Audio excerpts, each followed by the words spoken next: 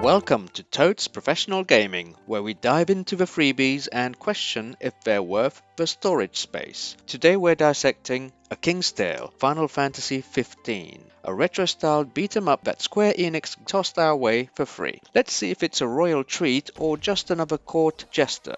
Played on a PS5 Pro, because we're professionals.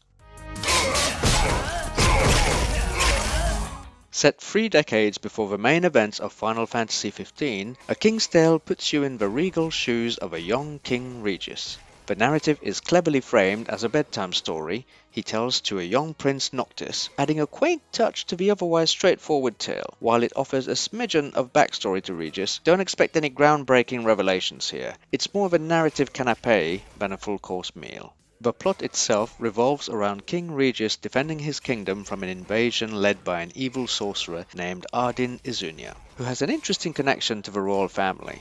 Ardyn unleashes a horde of monsters upon the kingdom, and Regis must rally his forces to protect his people and his son. Along the way, Regis faces various battles, from fending off waves of monstrous creatures to dealing with powerful foes from within his own ranks. While the tale doesn't delve too deeply into the political intrigue of the Final Fantasy 15 world, it does provide a glimpse into Regis's leadership and his bond with Noctis. The game's story offers some insight into Regis's motivations and character, though it's ultimately a brief and action-packed affair rather than a deep narrative exploration.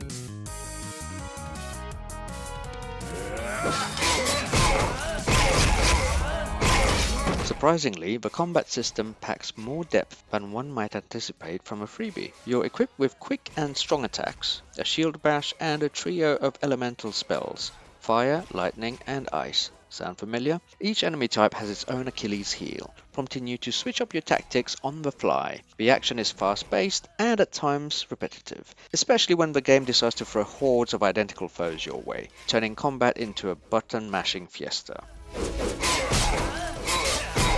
The game dons a retro pixel art aesthetic reminiscent of the Mega Drive era, complete with vibrant sprites and charming animations.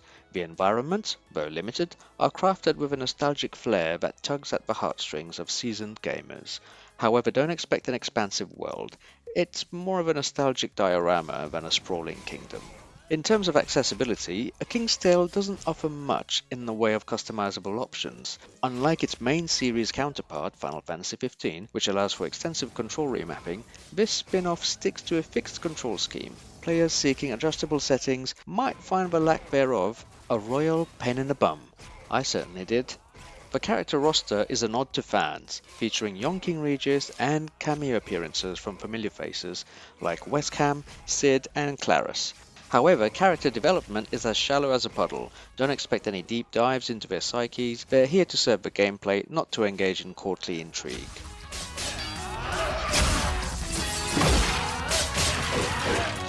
A King's Tale Final Fantasy 15 is a quaint diversion, a nostalgic nod to retro gaming that offers a brief, albeit repetitive, jaunt through the early exploits of King Regis. It's not going to redefine the beat-em-up genre, nor will it provide any profound insights into the Final Fantasy 15 lore. Even for the generous price of free, I didn't feel like it was worth my time, but it may be worth a couple of hours of yours if you couldn't get enough of the main game, or, you could play Streets of Rage 4.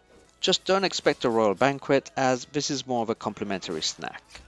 So, consider liking and subscribing, and tell us, did A King's Tale reign supreme in your gaming library, or was it dethroned after a single playthrough? Let us know in the comments below.